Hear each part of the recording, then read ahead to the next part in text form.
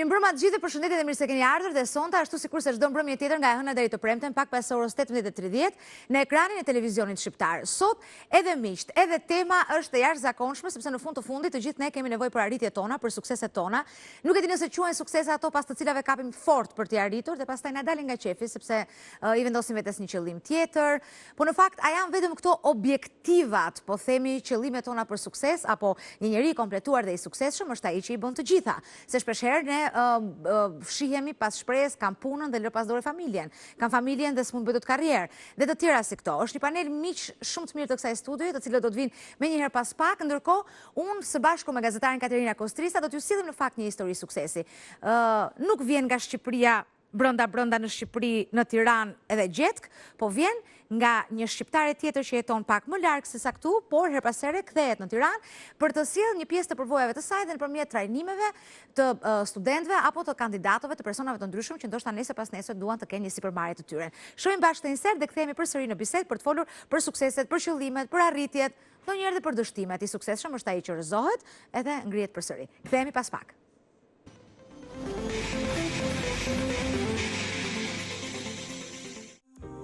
Suksesi fillon në momentin që i themi vetvetes që jemi të gatshëm, të punojmë në maksimum që të arrijmë deri të kënaqësitë e dëshiruara.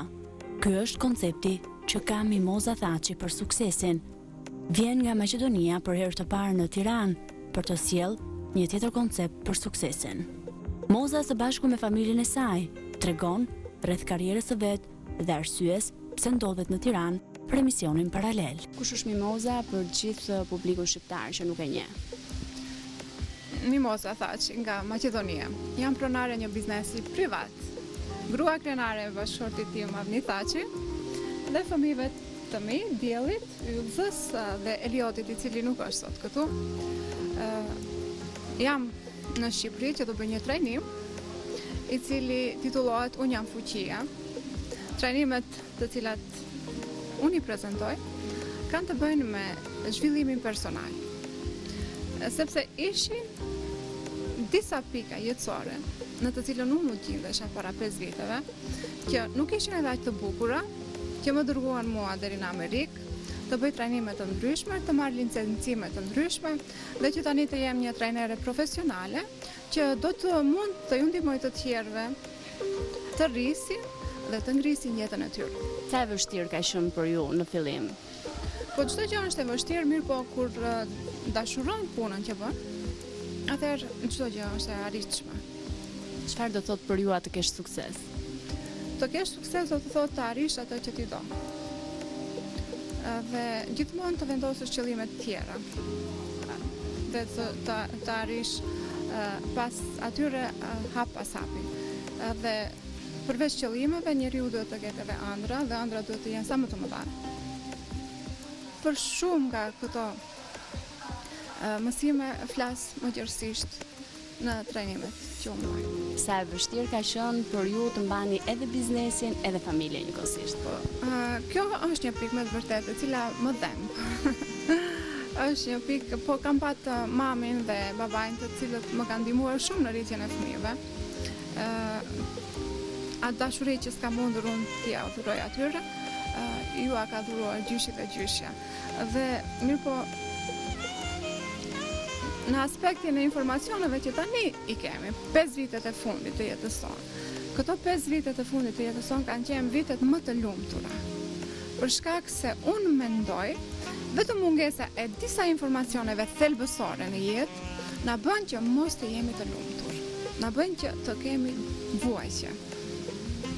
A i shikoni me pozitivitet ardhjen tuaj në Shqipëri për të bërë këto trajnime? E shoh shumë me pozitivitet. Pse? Dhe me të vërtet, këtu njerëzit kanë më shumë interesim.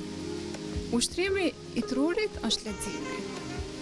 Dhe përderisa njerëzit lexojnë, dhe lexojnë shumë, ata janë lider.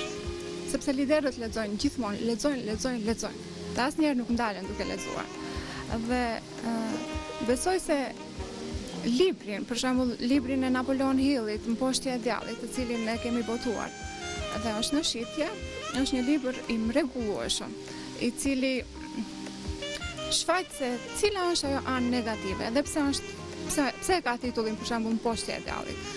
E ka emrin Mposhtja e djallit sepse Napoleon Hill si një nga shkrimtarët e filozofisë së suksesit, nga i cili rrjet pastaj gjithë suksesi amerikan dhe gjithë shkrimtarët tjerë që i njohim në Amerikë, bazat i kanë nga kjo filozofi e Napoleon Hill, që të na tregojnë neve se sa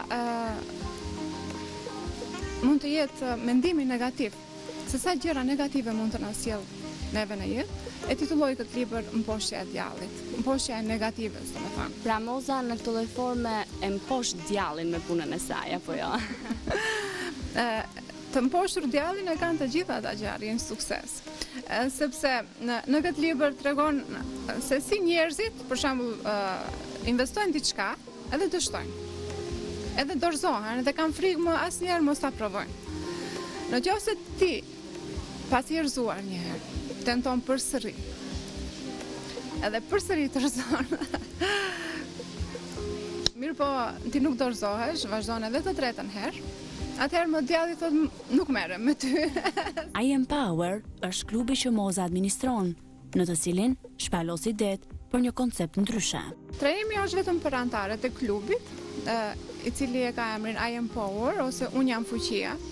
Dhe anëtarët e këtij klubi kanë akses në informacionet të cilat janë në web faqe dhe aty ka audio libra, ka trajnime dhe në mënyrë të vazhdueshme në çdo javë ka trajnime online me të cilat trajnime unë ju ndihmoj atyre anëtarëve që janë të anëtarësuar aty që të caktojnë qëllimet e tyre dhe unë gjithmonë dua të jem në kontinuitet me ata që të jem e sigurt se ato bëjnë ato që kam bërë unë.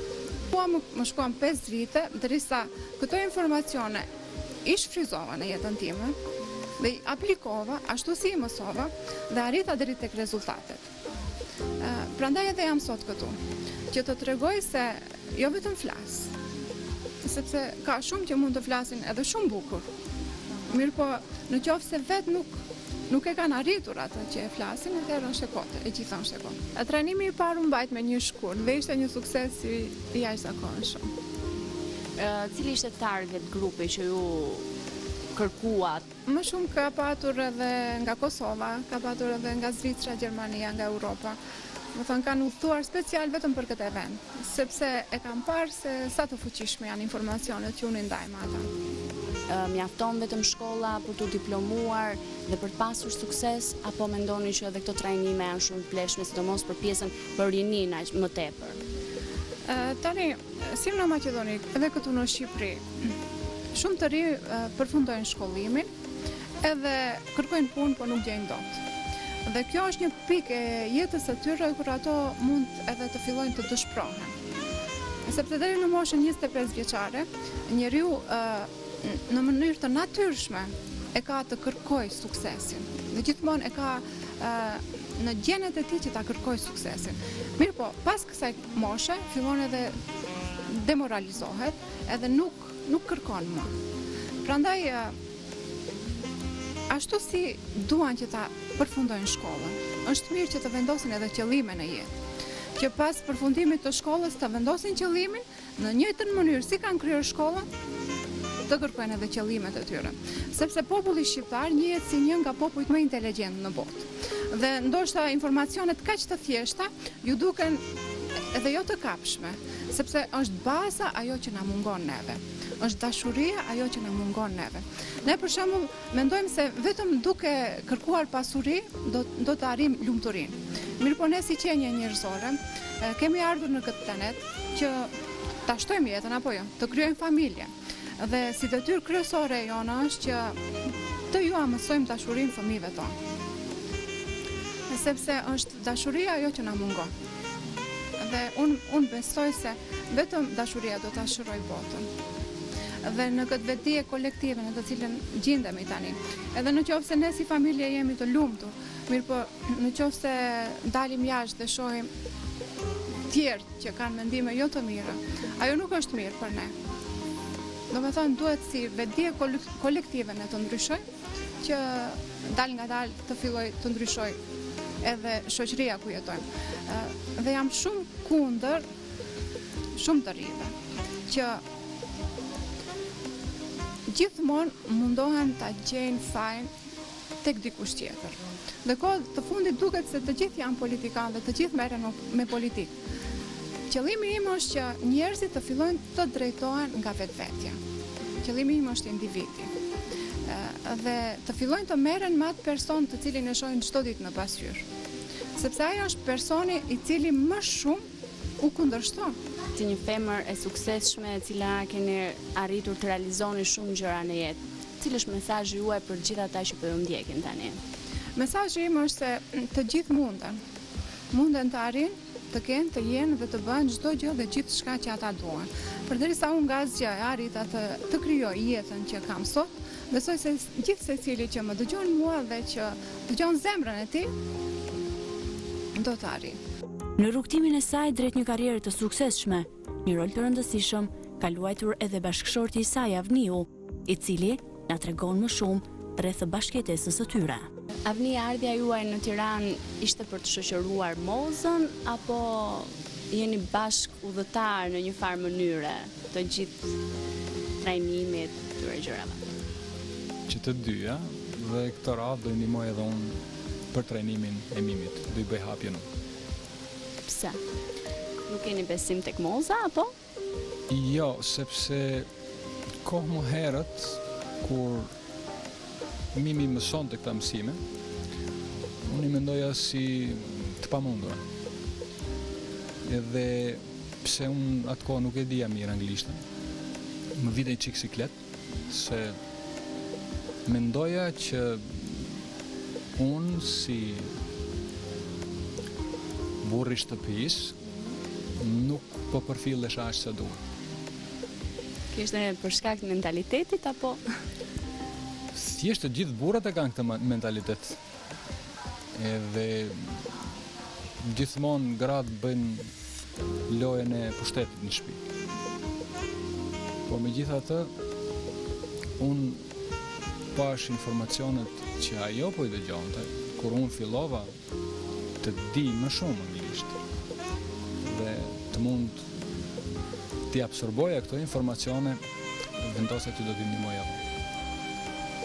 Ka qenë e vështirë bashkëjetesa juaj me mozën? Dashuria është ajo që në bashkëshortësi njerëzit bëjnë lumturinë familjare. Që nga fillimi neve jemi bashkë në biznes. Të dy bëjmë punën e vetë secili për atë që ne kemi gjetë në gjutë për bashkët, sepse një dikush për neve ka aftësi për një diçka specifike dhe unë nuk përzihem në punë. Kështu që është puna tjetër që unë mund ta kryej, që janë punë të tjera, më shumë janë punë burrash, i themi neve, dhe atë pjesë e kam unë. Kështu që ne bëjmë 50-50 e gjithë kësaj strukture që tha Mimoza deri tani. Të dy kanë sjellë në jetë 3 fëmijë. Dielli dhe Ylza ishin të pranishëm në intervistën që realizuam dhe nuk nguruan t'i përgjigjeshin pyetjeve. Diell, çfarë do të thotë për ty të kesh një nënë dhe një baba të suksesshëm? Ndjehem i bekuar, expari, edhe është ndjenjë shumë e mirë, edhe kam zili babin, mendoj kur të tritem, bëj të njëjtën punë që ka bën babi, veç më shumë. Janë idolet e mi, që të dy, edhe inspirohem shumë, edhe di gjithë historinë edhe mamin të dhe babin. Mamaja është një idhull për të, dhe kur të rritet, do të ndjek hapat e saj. Si e shikon ti të ardhmen tënde? Të ardhmen time unë shikoj si një familje shumë e suksesshme, dhe gjithmonë ëndra jon ka qenë që të jemi një familje shumë e suksesshme në të gjitha aspektet materiale, shpirtërore. Mua ndonjëherë më mungon mamaja ime. Më mungon sepse gjithë ditën është në punë. Ajo ka shumë punë edhe ndonjëherë e ndjej mungesën shumë. Por jam edhe shumë krenare që kam një mama dhe baba të suksesshëm. Ajo gjithmonë e përkushton punës së saj, edhe unë i dua shumë punën e saj. Unë nuk e di çfarë do bëhem kur do rritem, por e di se do jem shumë e lumtur, do jem shumë e pavarur, ashtu si më ka mësuar çdo herë mamaja ime, të di se çfarë të bëj me jetën time. Na ka mësuar çdo herë që të punojmë, mos jemi për tasa si shumë nga shokët e mi.